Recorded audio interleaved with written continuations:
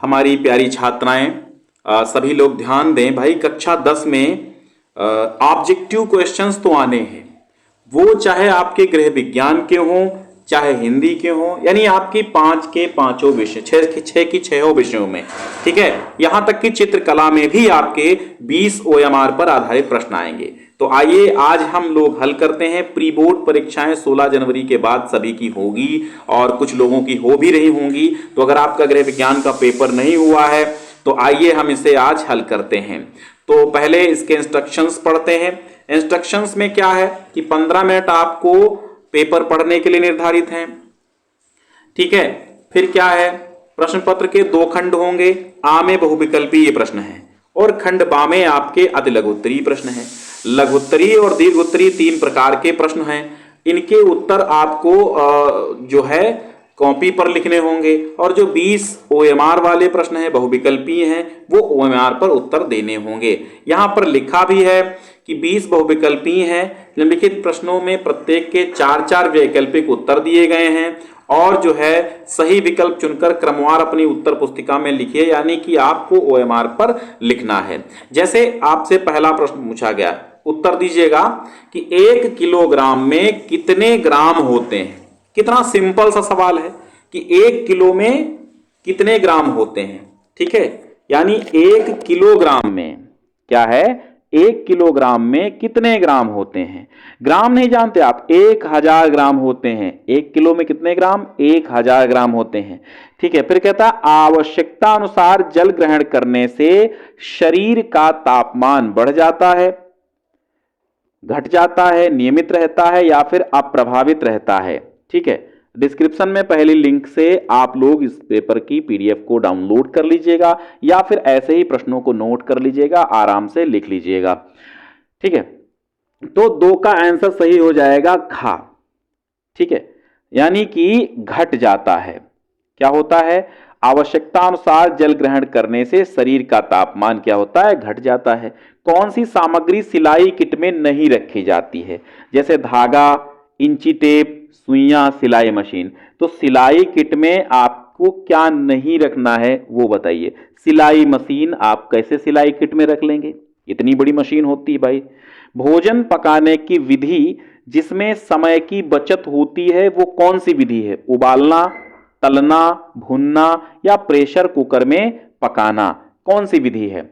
तो देखिए, भोजन पकाने की समय की बचत होती है वो ऐसी प्रविधि है जिसका नाम क्या है, जिसका नाम है प्रेशर कुकर में पकाना। ठीक है, पारिवारिक बजट बनाने का उद्देश्य क्या है, बचत करना, व्यय पर नियंत्रण करना, आय का ज्ञान, ये सभी। ठीक है, अब बात यह है पारिवारिक बजट बनाने का उद्देश्य क्या है। सिंपल सी बात है, अगर आप पारिवारिक बजट बनाते हैं तो ये सभी कार्य करते हैं।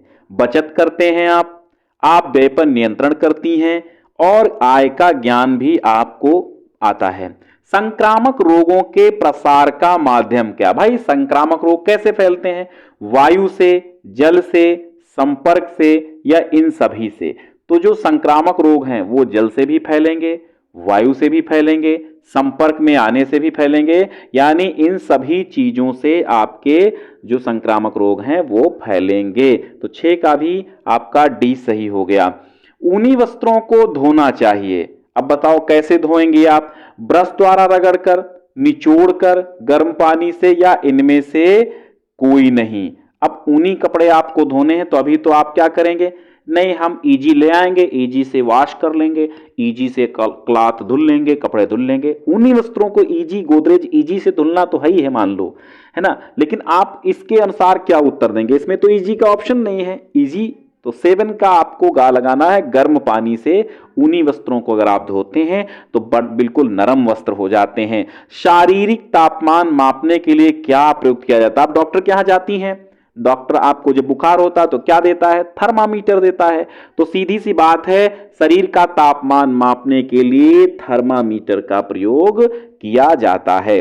बचत का मुख्य प्रयोजन क्या है, बताइए भाई, बचत का मुख्य प्रयोजन क्या है। प्रयोजन मतलब उद्देश्य या लक्ष्य। बचत की आवश्यकता है, क्यों है, मनोरंजन के लिए, कीमती आभूषण खरीदने के लिए, सुख की प्राप्ति के लिए, भविष्य के लिए आवश्यक व आकस्मिक व्यय के लिए। देखो भाई, जो बचत आप करती हैं, तो बचत ना तो आप मनोरंजन के लिए करती हैं, ना कीमती आभूषण खरीदने के लिए की जाती है, ना सुख की प्राप्ति के लिए की जाती है। एक प्रकार से सुख की प्राप्ति के लिए की जाती है, लेकिन बिल्कुल सुख की प्राप्ति के लिए नहीं। भविष्य में आवश्यक व आकस्मिक खर्चा, जैसे आप पड़ा कोई बीमार हो गया या कहीं अचानक से दुर्घटना कोई हो गई, उसके लिए अचानक आ गया खर्चा और आपके पास पैसे हैं, तो उससे आपका काम हो जाएगा। तो आकस्मिक व्यय के लिए क्या होता है, आपको बचत करना बहुत जरूरी है। ठीक है, फिर 10वां प्रश्न देखिएगा, एक दर्जन पेंसिल 36 रुपए की हैं, तो एक पेंसिल का मूल्य कितना होगा। तो एक दर्जन पेंसिल आपकी कितनी है, 36 रुपए की, तो एक पेंसिल बराबर 3 रुपए की। एक दर्जन में कितने, 12 होते हैं, तो 36 बटे कितना, 12 कर लो, तो कितना आया, 3 रुपए। तो एक पेंसिल 3 रुपए की है। ठीक है, सीधी सी बात है। अगर एक दर्जन यानी 12 पेंसिल 36 की हैं, तो 36 को 12 से भाग दे दो, 12 तिया 36, 3 आएगा। तो एक पेंसिल कितने रुपए की, 3 रुपए की। हैजा किसके द्वारा फैलता है, वायु के द्वारा, जल द्वारा, भोजन द्वारा, खावगा दोनों के द्वारा।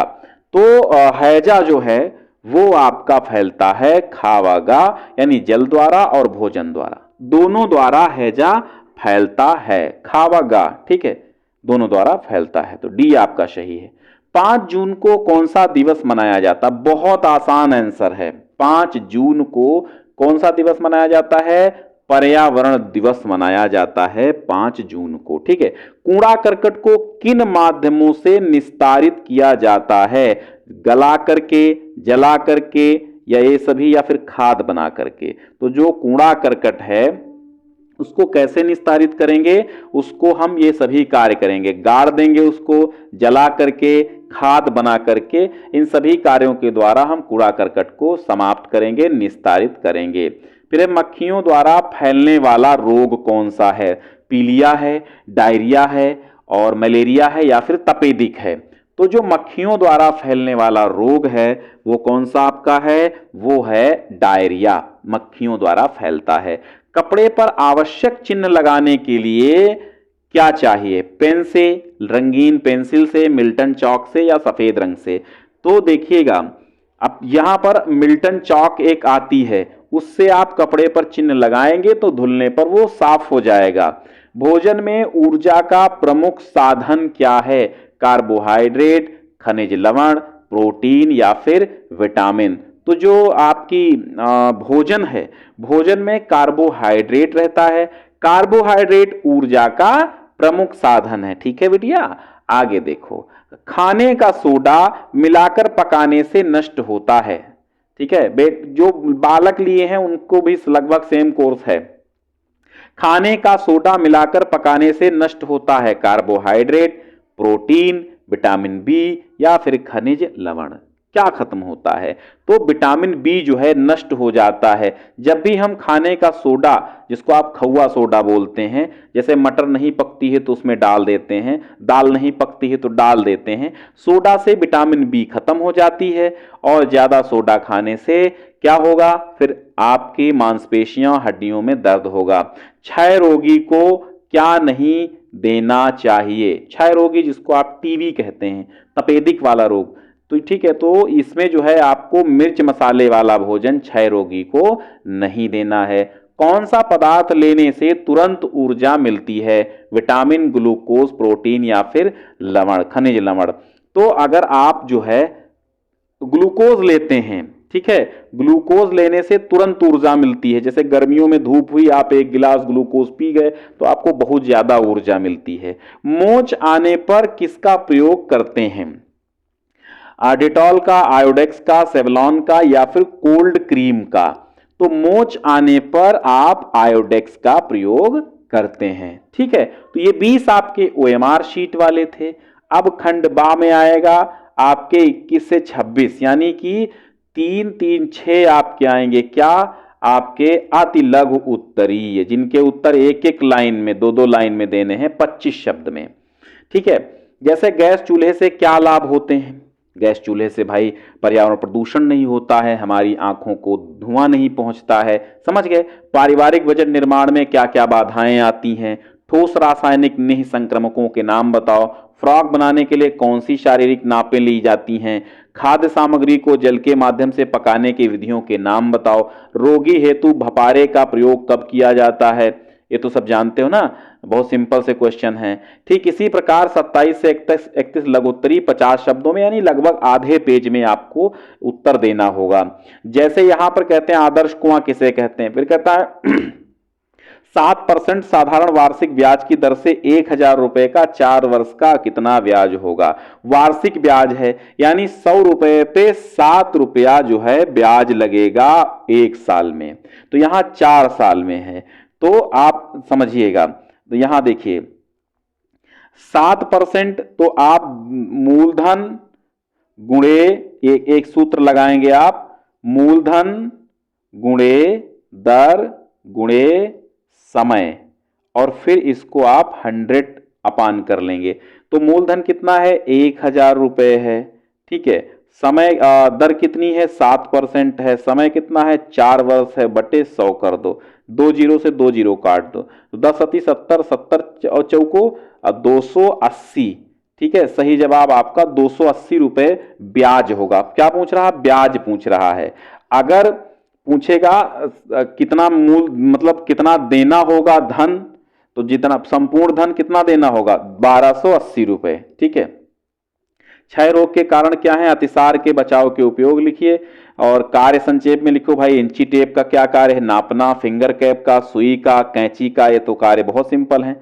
तो इसी प्रकार फिर दीर्घ उत्तरीय आपके प्रश्न आएंगे जो 6 नंबर में होंगे और 3 करने होंगे, इसमें 3 में से 5 दिए हैं उसमें से 3 करने होंगे। तो इस पेपर को आप डाउनलोड कर लीजिएगा, आराम से इसका अध्ययन करिए और आराम से इसके प्रश्नों को तैयार कर लीजिए। हो सकता है कल की प्री बोर्ड परीक्षा में आपका ये पेपर सेम ऐसा ही आ जाए या इसके 50% प्रश्न आपको मिल जाए देखने को, ठीक है। बहुत बहुत शुक्रिया, आप शेयर कर दीजिए। वार्षिक परीक्षा के भी हम मॉडल पेपर जल्द ही प्रदान करेंगे।